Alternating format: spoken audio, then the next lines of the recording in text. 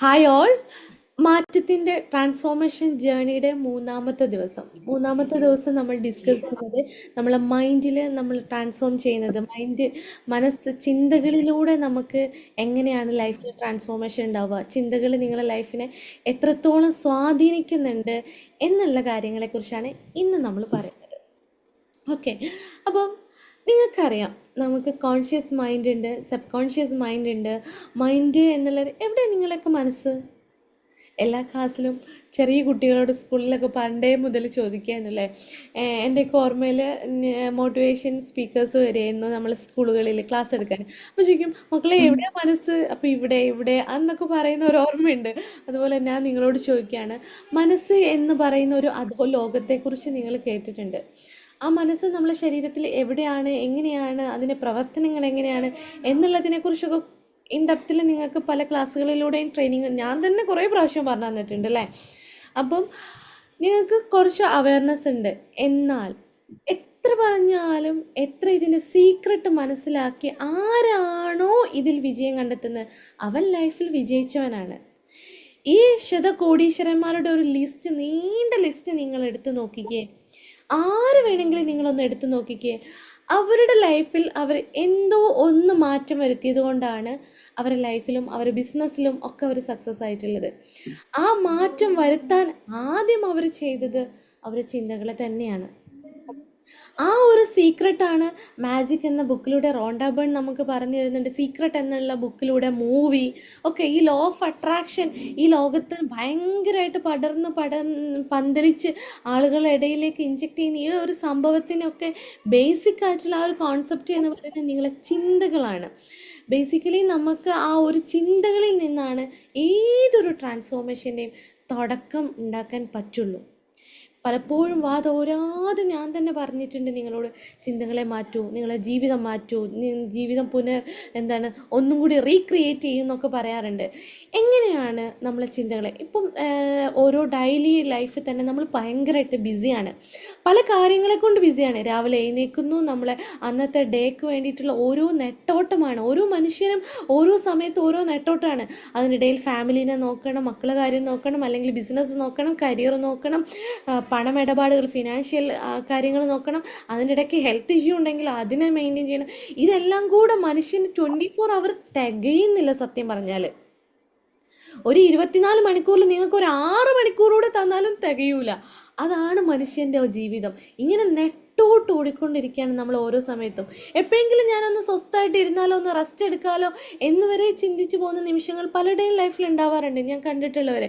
പക്ഷേ ഒരു സിസ്റ്റമാറ്റിക് ആയിട്ട് നമ്മളെ ലൈഫിനെ റുട്ടീൻ ചെയ്ത് ഒരു ലൈഫിലൂടെ ഒരു സിസ്റ്റമാറ്റിക് ആയിട്ടുള്ള ഒരു പാത്തിലൂടെ പോകുന്ന ഒരാൾക്ക് കുറേ ടൈം ബാക്കിയാണ്. ഡെലിഗേറ്റ് ചെയ്യാനുള്ള ഡെലിഗേറ്റ് ചെയ്യും, വേണ്ടതിനെ അക്സെപ്റ്റ് ചെയ്യും, വേണ്ടാത്തതിനൊക്കെ ഡിലീറ്റ് ചെയ്യും. ഡിലീറ്റും ഡെലിഗേഷനൊക്കെ കറക്റ്റായിട്ട് ചെയ്ത് കഴിഞ്ഞാൽ തന്നെ നമ്മളെ ലൈഫിൽ കുറേ സമയം നമുക്ക് ബാക്കിയാവും. മനസ്സിലായോ? അതുപോലെ നിങ്ങൾ മനസ്സിലാക്കേണ്ടത്, നമ്മൾ രാവിലെ എഴുന്നേറ്റത് മുതൽ നമുക്ക് കൊടാനുകൂടി കാര്യങ്ങളെ കുറിച്ച് ചിന്തിക്കാനുണ്ട്. കുറേ കാര്യങ്ങളാണ് അറ്റ് എ ടൈം, സെക്കൻഡുകളെ കൊണ്ട് തന്നെ പല തോട്ട്സാണ് നമ്മളെ മൈൻഡിലൂടെ പോകുന്നത്. അപ്പം സ്ത്രീകളെ സംബന്ധിച്ചിടത്തോളം ഭയങ്കരമായിട്ട് ഭർത്താവിനെ കെയറൊക്കെ ചെയ്യുന്ന ഭയങ്കരമായിട്ടുള്ള ആളുകളാണെങ്കിൽ, എൻ്റെ ഭർത്താവ് ലേറ്റായി, എന്താണ് അദ്ദേഹം ഫോൺ എടുക്കുന്നില്ല, വിളിച്ചിട്ട് ഫോൺ കിട്ടുന്നില്ല, ഒരു 10-15 മിനിറ്റ് എൻ്റെ ഫോൺ കിട്ടിയില്ലെങ്കിൽ അദ്ദേഹം വണ്ടി ആക്സിഡൻ്റ് ആയി ശവശരീരം വീട്ടിൽ വന്ന് അടക്ക് കഴിഞ്ഞിട്ടുള്ള ജീവിതം വരെ അവർ ഇരിപ്പിൽ സെക്കൻഡുകളെ കൊണ്ട് ചിന്തിച്ച് കാട് കയറും. ജെൻസിൻ്റെ കാര്യങ്ങളിലാണെങ്കിൽ അവർ വെറുതെ ഒരു തോട്ട് ഇങ്ങനെ കയറിയാൽ അതങ്ങനെ ചെയ്താൽ, അവൻ എന്നെ ചതിച്ചാൽ, അവൻ ആ ക്യാഷ് എടുത്ത് കൊണ്ടുപോയാൽ അത് അങ്ങനെ ചെയ്യും, അങ്ങനെ ചെയ്താൽ ഇതിങ്ങനെ പോകും, ഇങ്ങനെ ഇത് എക്സ്പോർട്ട് ഇമ്പോർട്ട് ചെയ്തിട്ട് അല്ലെങ്കിൽ ഇങ്ങനെ ചെയ്തിട്ട് അവന് എന്തുണ്ടാവും, എന്നെ ചീറ്റ് ചെയ്യും, അല്ലെങ്കിൽ അങ്ങനെ വരുമോ ഇങ്ങനെ വരുമോ എന്നൊക്കെ തുടങ്ങി വേണ്ടാത്ത ചിന്തകൾ കാട് കയറി ചിന്തിച്ച് നമ്മളെ ലൈഫിലേക്ക് നമ്മൾ വിളിച്ചു വരുത്താറുണ്ട്, ഇല്ലേ? കാര്യമല്ല ഞാൻ പറഞ്ഞത്. നിങ്ങൾ പലപ്പോഴും ഒരു നിമിഷം നിങ്ങൾ എവിടെ വെറുതെ ഇരിക്കുന്നു അപ്പോൾ നിങ്ങൾ ചിന്തിച്ച് കാട് കയറി പോകുന്ന സമയം നിങ്ങളുടെ ലൈഫിൽ ഉണ്ടാവാറുണ്ട്. ഇവിടെയാണ് നമുക്ക് വേണ്ടതിന്, നിങ്ങളുടെ ലൈഫിൽ നിങ്ങൾക്ക് വേണ്ട കുറേ കാര്യങ്ങളുണ്ട്. നിങ്ങളുടെ ലൈഫിൽ നിങ്ങൾക്ക് വേണ്ട കുറേ കാര്യങ്ങളുണ്ട്. നിങ്ങളൊന്ന് ലിസ്റ്റ് ചെയ്ത് എഴുതി നോക്കുക. എൻ്റെ ലൈഫിൽ ഇപ്പം ഞാൻ ചെയ്തുകൊണ്ടിരിക്കുന്ന കാര്യങ്ങൾ എന്തൊക്കെയാണ്? ആക്ച്വലി എൻ്റെ ലൈഫിൽ എനിക്ക് വേണ്ടത് എന്താണ്? നിങ്ങൾക്ക് വേണ്ട കാര്യങ്ങൾ എന്താണ്? നല്ലൊരു കാറ് വേണം, ഒരു ബെൻസ് വേണം, അല്ല ഒരു ഫോർച്യൂണറാണ് വേണ്ടത്, എനിക്കൊരു വേണം.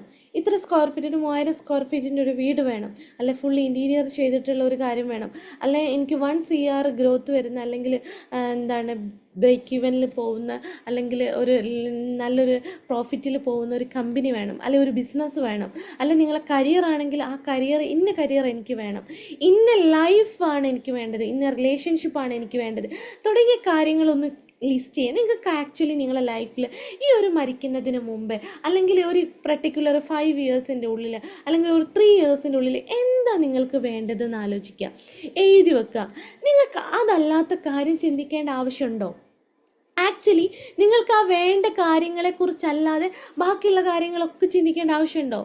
ഒരു MBBS പഠിക്കണമെന്ന് തീവ്രമായിട്ട് ആഗ്രഹിക്കുന്ന ഒരു കുട്ടിക്ക് അവന് സയൻസ് പഠിക്കണം, സയൻസിൻ്റെ കൂടെ അഡീഷണലായിട്ട് വേറെ മാത്സ് എടുക്കേണ്ട ആവശ്യമുണ്ടോ? ബയോമാത്സിൻ്റെ എടുത്താൽ പോരെ ആ കുട്ടിക്ക്. ബയോമാത്സിൽ തന്നെ ചില ആളുകൾ VHSCയിൽ പോകുന്നുണ്ട്.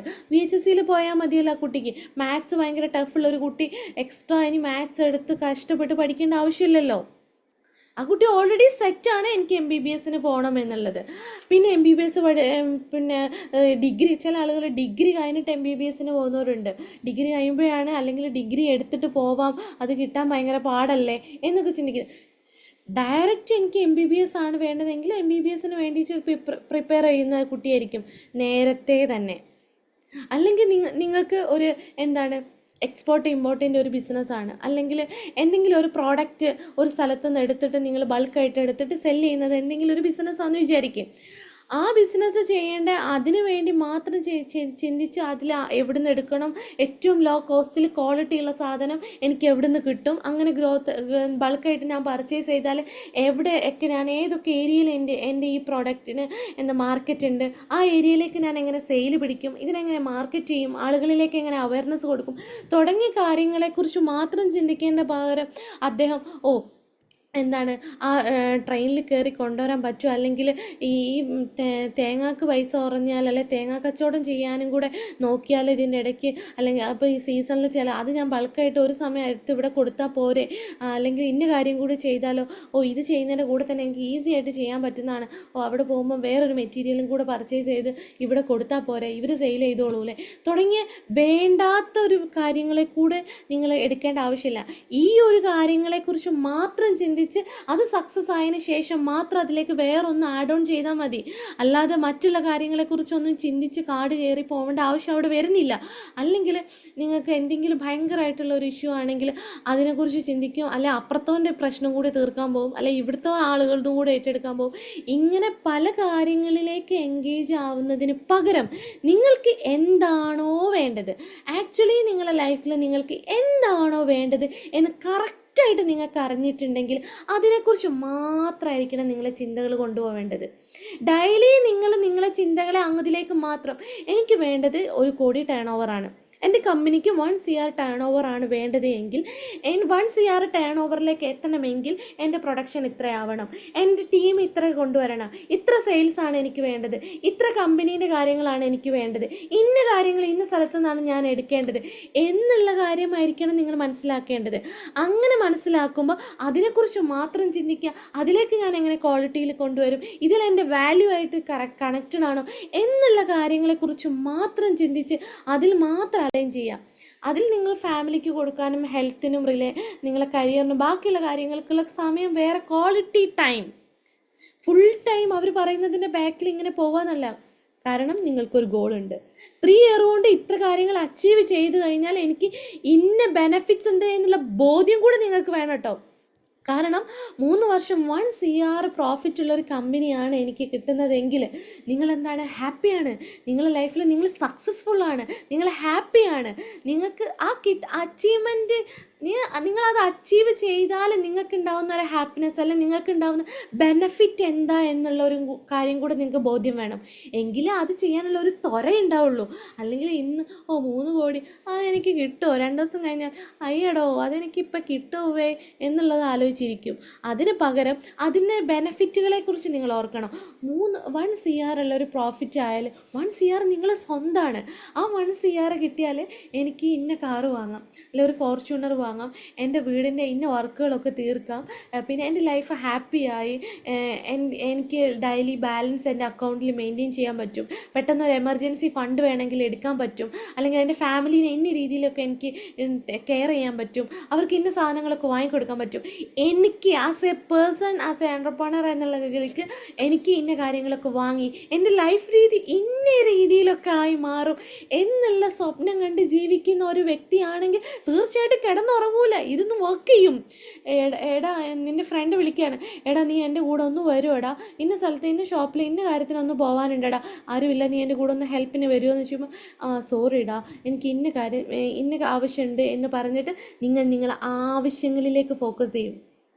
മറ്റുള്ളവർക്ക് നിങ്ങളെ സമയത്തെ കൊടുക്കില്ല, നിങ്ങളെ ടൈമിന് നിങ്ങൾ വാല്യൂ കൽപ്പിക്കും, നിങ്ങളെ പണത്തിന് നിങ്ങൾ വാല്യൂ കൽപ്പിക്കും, നിങ്ങളെ ആരോഗ്യത്തിന് നിങ്ങൾ വാല്യൂ കൽപ്പിക്കും. ഇല്ലേ? ഇല്ലേ? ഉണ്ട്. ഇവിടെയാണ് നിങ്ങൾ വിജയിക്കുന്നത്.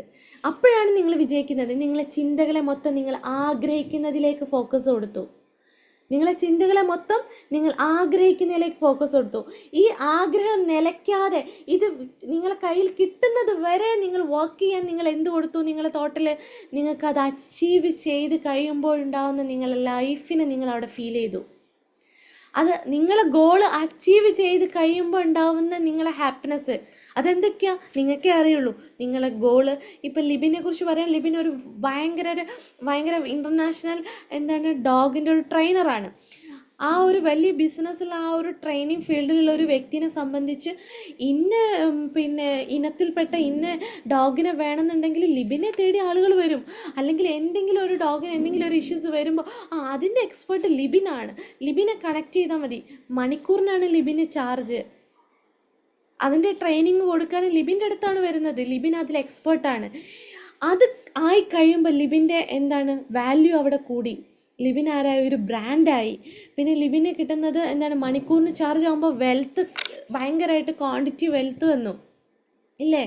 പിന്നെ ആളുകളുമായിട്ട് ഭയങ്കരമായിട്ടുള്ള ഇൻട്രാക്ഷന്, പിന്നെ ലിബിന് എല്ലാ സ്ഥലത്തും ഒന്ന് എത്തുമ്പോൾ ഒരു വാല്യൂ തുടങ്ങിയ ഭയങ്കര ആ ഒരു ഫീൽഡിൽ നിൽക്കുന്ന ഒരു പേഴ്സണെ എങ്ങനെയാണോ അവൻ്റെ ലൈഫ് അച്ചീവ് ചെയ്ത്, ഇപ്പം ആ ഒരു ഫീൽഡ് അച്ചീവ് ചെയ്ത ഒരു വ്യക്തിൻ്റെ ലൈഫ് എങ്ങനെയാണോ ആ ലൈഫിനെ കോപ്പി ചെയ്യുക, അതിനെ റോൾ മോഡലാക്കുക.